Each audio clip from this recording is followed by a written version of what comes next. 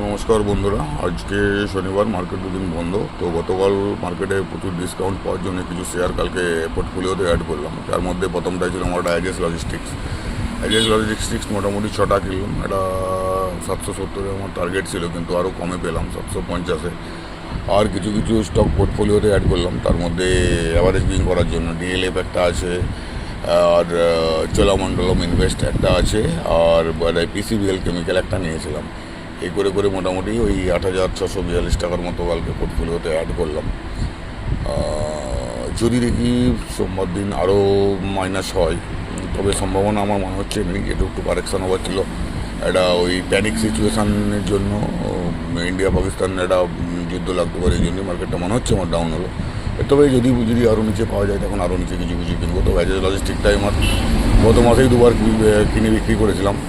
এই মাসেও নিলাম 754, মোটামুটি 825-30 টাকার কাছাকাছি এটা টার্গেট রাখছি।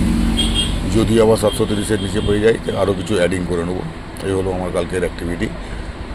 আর এটা কিন্তু কোনো ভয়েসের রেকমেন্ডেশন না, জাস্ট আমি কীভাবে কী ট্রেড করছি এবং কবে কী কিনছি সেটা আপনাদের সাথে একটু শেয়ার করি। Thank you.